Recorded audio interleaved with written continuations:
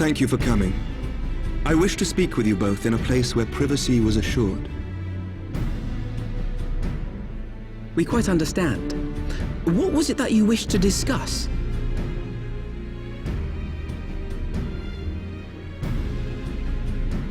With my father's passing, the seat of the Archbishop lies vacant. And so, in accordance with canon law, I have assumed his responsibilities. I should stress that this is a temporary measure. It was never intended that the Lord Commander of the Temple Knights serve in this capacity indefinitely. Quite the opposite.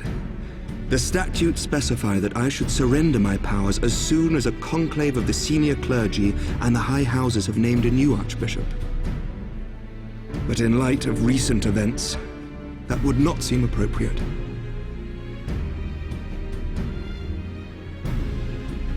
I confess I did not expect you to divulge quite so much quite so soon. The details of the Archbishop's plans, perhaps, but the true origin of the war and all it entails?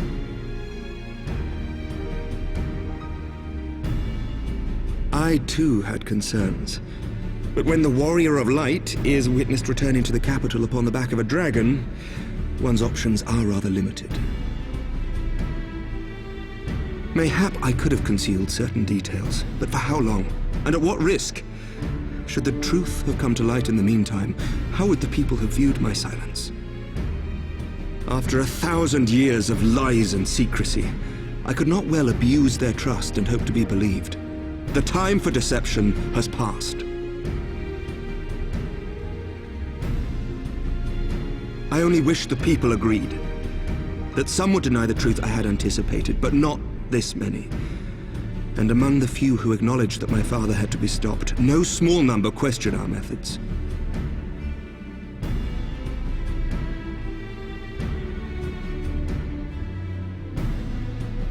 If they suspect a coup, it will not be long before some turn to violence. It has already begun, and that on both sides. Men and women of the cloth are being harassed in the streets. Some have even been assaulted in the Broom. Hilda and her people have formed a watch to help us maintain order, but such measures will not prevent the unrest from spreading. For all our talk of peace, the people remain frightened and confused. For their sake, we must bring the Dragonsong War to a definitive end.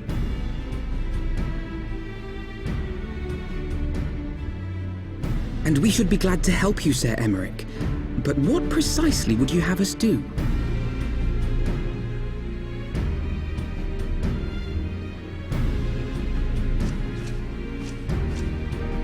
We wish to treat with the dragons of Annex Trine. To that end, I would trouble you for an escort and an introduction.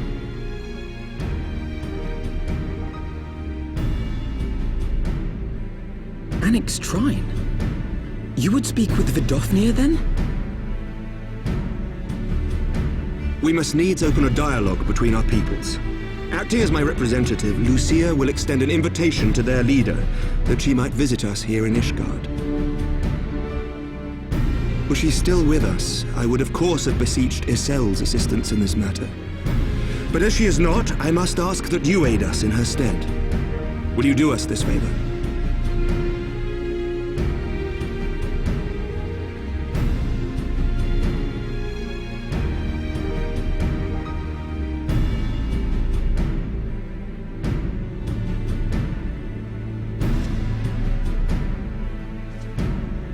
Thank you, my friends. Lucia, I leave the rest to you.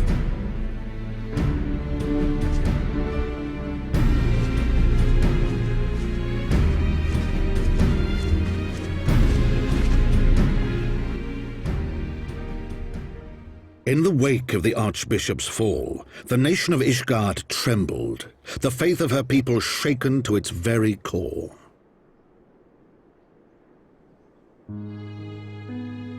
For 1,000 years had they fought and died, certain of the justice of their cause, only to be told that their holy war was born of the sins of their forefathers. What then for those brave men and women, thus stripped of their righteousness but to despair, to deny the truth and decry its speakers?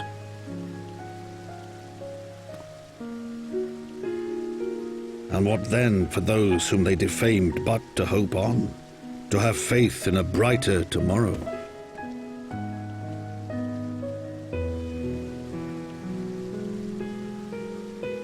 A tomorrow in which man and dragon might live together in harmony, then as distant as the very stars in the heavens.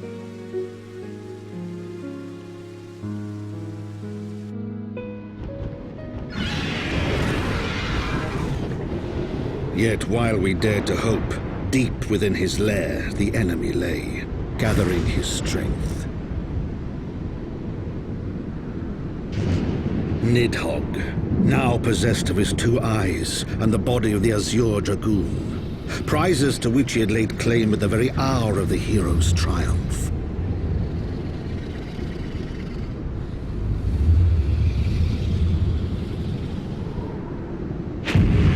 As desperately as we sought the solace of peace, the great worm craved the misery of war. Nor was he alone in his misbegotten desire.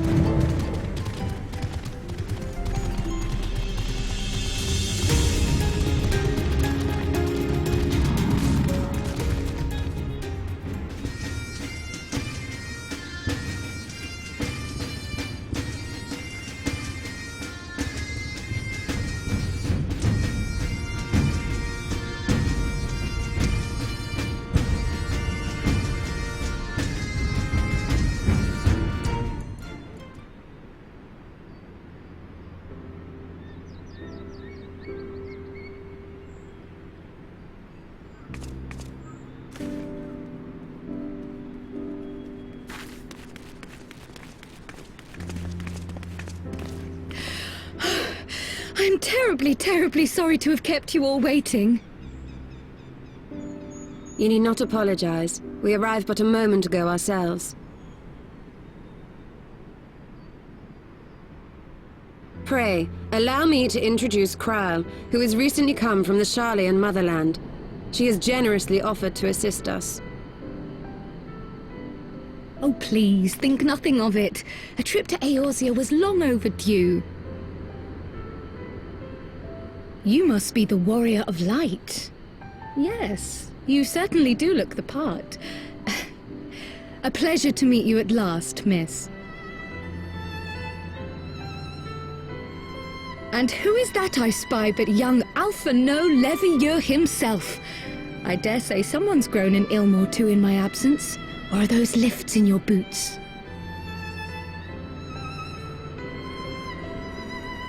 We, Miss Krile and I met at the Studium years ago. I shall forever be indebted to her for her sage guidance. It was no small task keeping him out of trouble, believe you me. The youngest ever to enter the Studium, him and his sister, 11-year-old prodigies. Suffice it to say, social graces were not among his list of talents. Striding up to his seniors on his first day, head held high. What was it he said again? Thank you, Krile.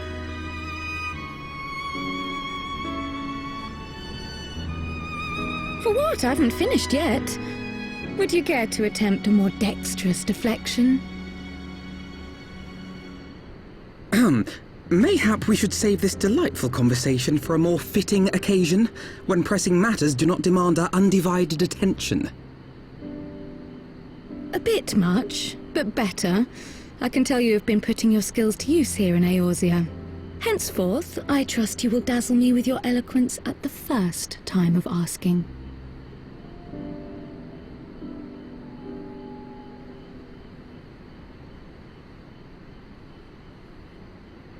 Right, on to more pressing matters. Finding Minfilia and the other missing scions. I gather you have new information to share with us. A new approach, actually. Tataru recounted the tale of your escape, and it gave me an idea. Simply put, assuming Thancred left some manner of trail when you whisked him away, as is almost always the case with teleportation magics, I am confident I can find and follow it.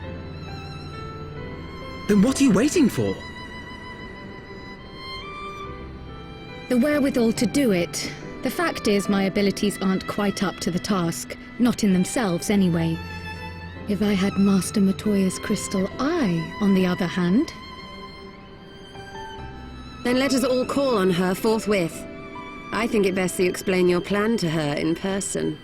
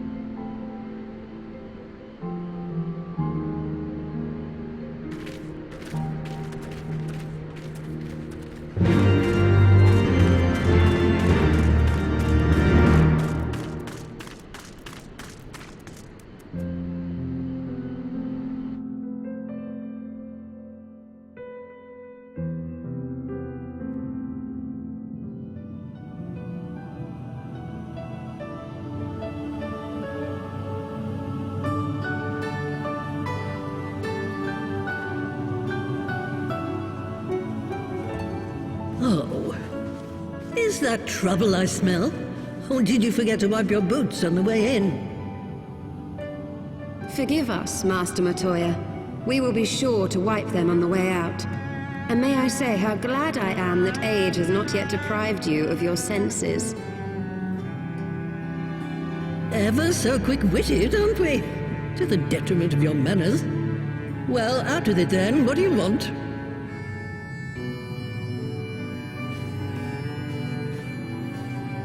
Pray, allow me to introduce myself, Master Matoya.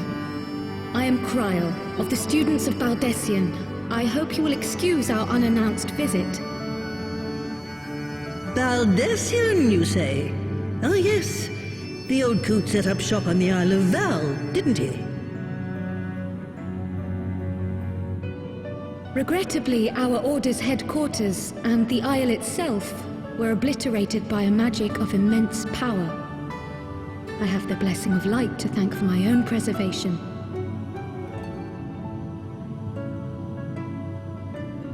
Kryl, you too possess the Echo. Well, yes, of course I do. Our order is devoted to uncovering the mysteries of Hydaelyn and interpreting her will, particularly through the study of her gift to us. It was in the course of these studies that I met and subsequently befriended Minfilia.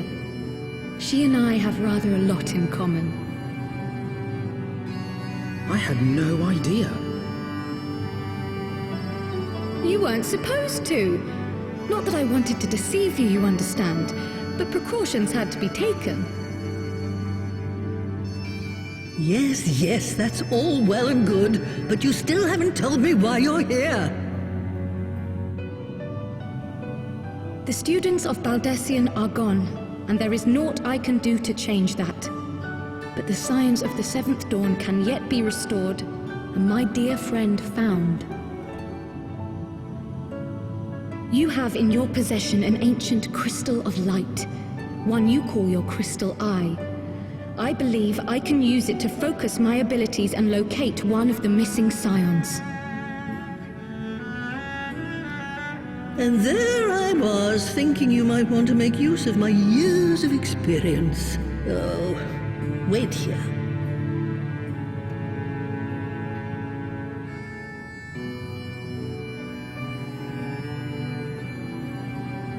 Long did I ponder the nature of this crystal and its familiar radiance, but never did I suspect it was a crystal of light.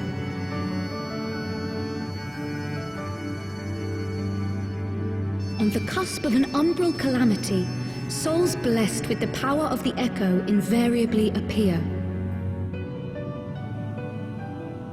To aid these, her chosen warriors, Hydaelyn bequeaths to each a slither of her strength in the form of a crystal of light. But as her strength wanes, so too does the potency of her gifts. This crystal, born of an earlier era, is infused with a power far greater than those of this age. You could travel the length and breadth of the land and not find a crystal even a fraction as pure. Its value is beyond measure, as are the risks inherent in its use. No two manifestations of the Echo are alike. I, for example, can converse with beings of every shape and size, excepting beasts, contrary to what others would have you believe. Language has nothing to do with it, of course. Rather, I am sensitive to the whispers of the soul. Their intent, their very essence even, the traces of which served to guide the elementals to Y'shtola.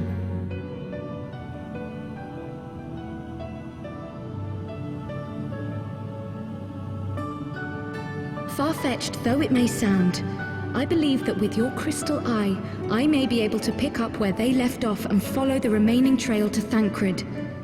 That is, if I have your permission.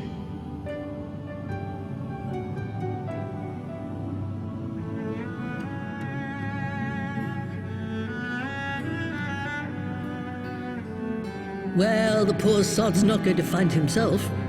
So, as long as you don't drop it or take it out of my sight, you may do with it what you will. Thank you, Master Matoya.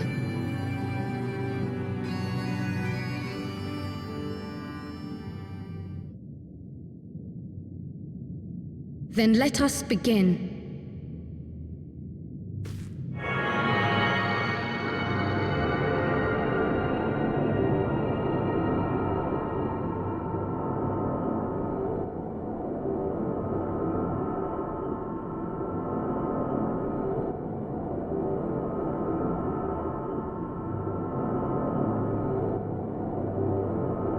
From the Black Shroud, the trail continues to the north and west, towards a mountain, the foot of Som Al. It was a near thing, but he was not deposited within the rock, I think.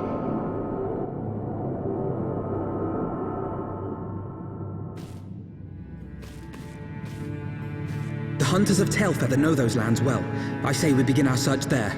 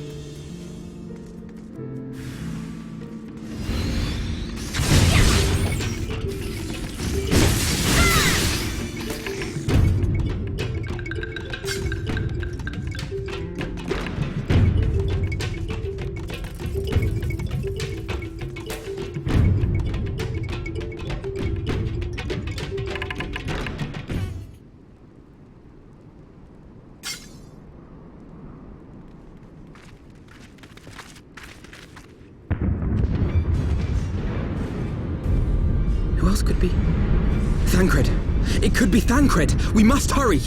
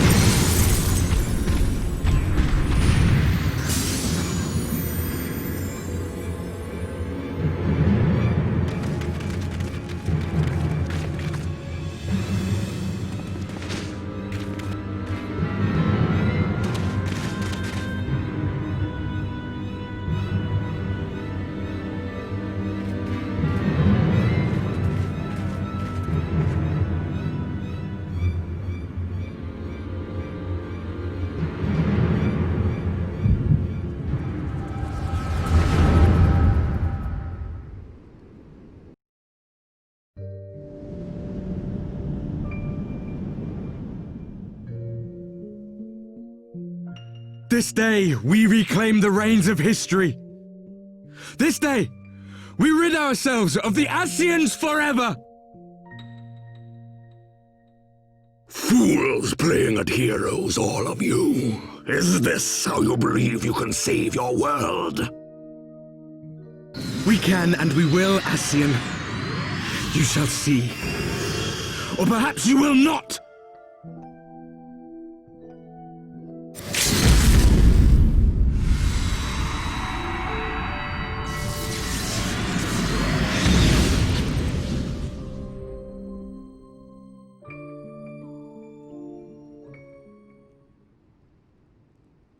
So you are the warrior of light, the savior of Eorzea.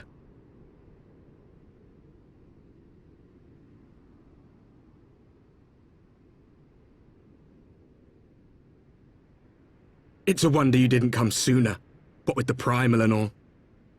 Lost a step, have we? Have care. The ether moves strangely around him. It would seem we share a common enemy. Mayhap you would tell us who you are.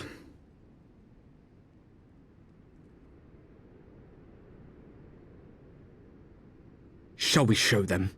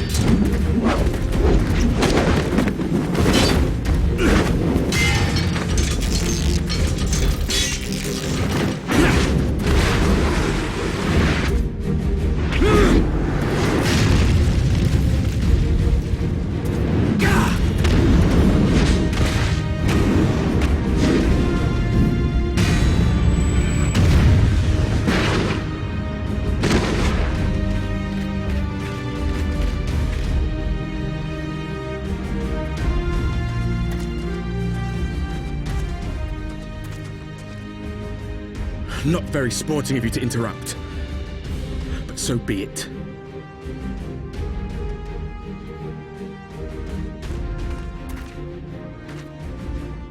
Mark well our faces, warrior of light, for we are the warriors of darkness, walkers of a different path, and we shall meet again. again.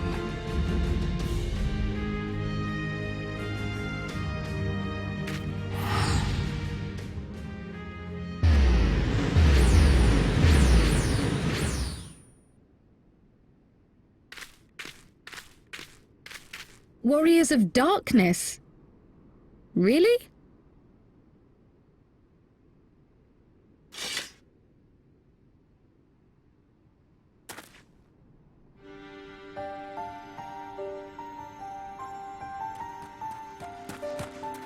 Thancred!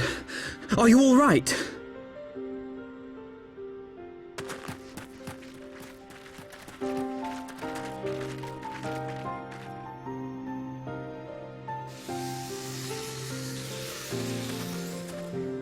Pleasantries can wait.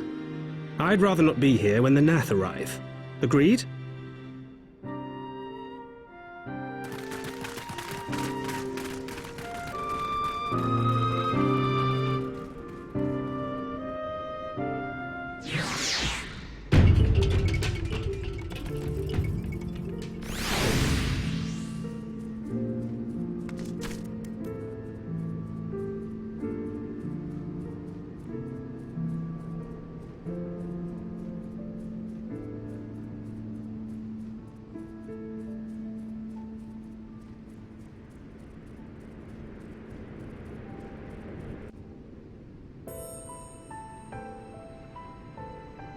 Suffice it to say, our reunion was not at all as I pictured it. Waiting until the last instant to join the fray. 'Tis plain you have not lost your appetite for the dramatic. My appetite for the dramatic? Have you forgotten the circumstances of our parting? The heroic last stand, the tunnel filling with light, and then... Had I known you intended to use forbidden magics to deliver me to some god's forsaken wilderness, I would have thanked you in advance. Thancred.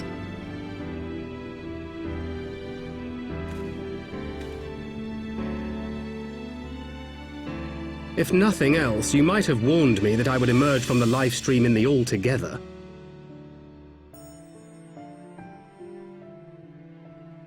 Eventually, I managed to fashion knives from some obsidian I found, and set about hunting for meat and hides. Given that I'm not all that skilled in leatherworking, it's probably for the best that I met the Vath before I was reunited with you.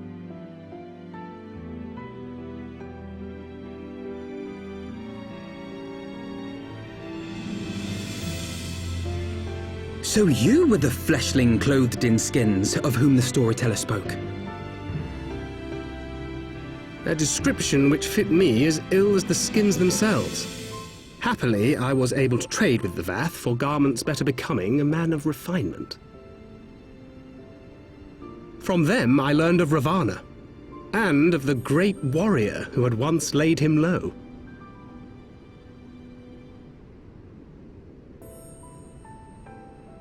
And thence did you conclude that were you to track the Primal's movements, it would surely bring you into contact with the Scions once more.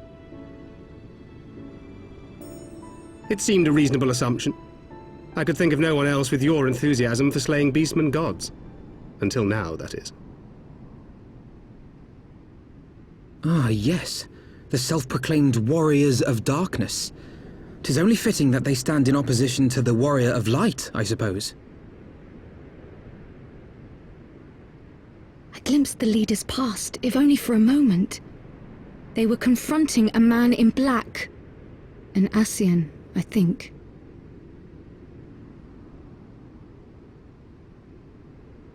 If these warriors are capable of doing battle with Ascians and Primals both, they must be possessed of powerful protection. Protection not unlike the Echo.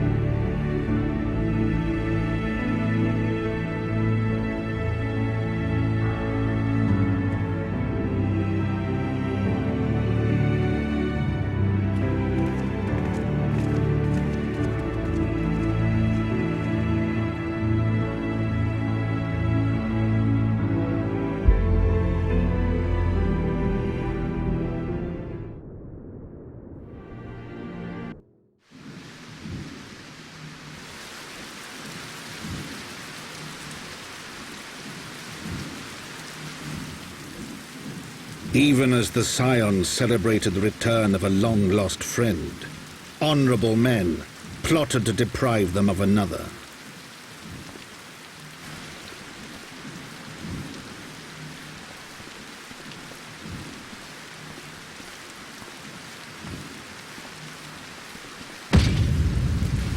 Honorable men, to whom Sir Emeric was no hero but a scheming patricide.